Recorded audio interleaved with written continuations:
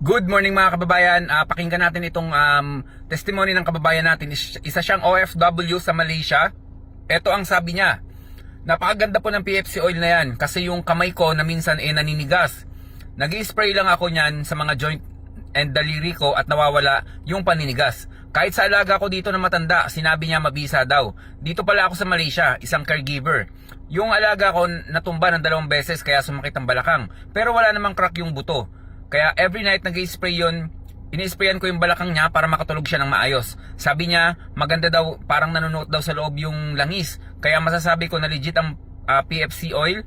Kaya mag-order ulit ako ng 4 na bote. Yung friend ko na ang magdadala dito sa Malaysia. Maraming salamat po. So, isipin nyo mga kababayan na talagang pati mga foreigner, ang dami na niyan, mga asawa ng mga kababayan natin ng mga foreigner, talagang napapaganda yung kalusugan. Isa lang yung komento nila na ang galing ng produkto na to, sana mag-stock tayo ng marami. Sa mga kababayan natin ng mga OFW, kung may mga kakilala kayo na uuwi dyan sa bansa kung nasan man kayo, pwede nyo tong ipasabay, hingi lang kayo ng FDA permit sa atin, tsaka yung resibo para kung sakali mang questionin sa immigration is may ma-present kayo. Pero as of na wala namang ganon, hindi naman tayo nakakaranas ng ganon na i-check pa. Dire-diretso naman yung yung pag-alis nila. Yun lang, stay healthy. Ako si Chance at ako ang magsasakang gala.